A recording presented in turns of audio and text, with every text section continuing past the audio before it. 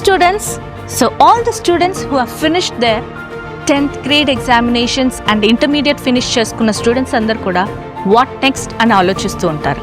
కానీ prior to that, ఈ హాలిడేస్లో what you have to do in order to safeguard your future అనేది కూడా ఆలోచించాలి. Today, let me simplify you how to choose your career. Next ఏం చేయాలి అనే దాన్ని బేస్ చేసుకొని చేయాలి. That is, do SWOT analysis.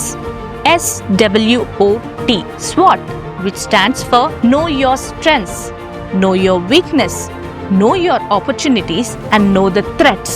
అంటే ఏ పని చేయాలనుకున్నా కూడా దానికి సంబంధించిన స్ట్రెంగ్త్స్ మీలో ఏమున్నాయి అది తెలుసుకోవాలి.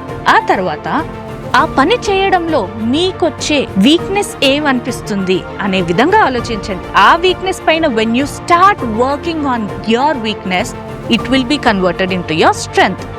అండ్ ఆపర్చునిటీస్, ఇన్ ఫ్యూచర్ నేను చదివే కోర్స్కి కానీ నేను చేసే ఆలోచనకి ఆపర్చునిటీస్ ఏమున్నాయి ఇన్ ఫ్యూచర్ అని లాంగ్ రన్ లో ఆలోచించండి. And there is a threat for everything. కాబట్టి నేను చేసే కోర్స్కి థ్రెట్స్ ఏమన్నా ఉన్నాయా, ఉంటే దాన్ని ఆబ్స్టికల్స్ ని నేను ఎలా అధిగమించాలనేది you have to think about it. For example, if you choose AI as career, that is on high demand and it gives you good amount of money and also it is future proof.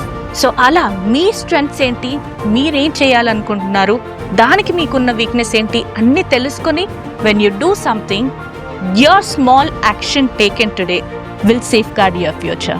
Thank you.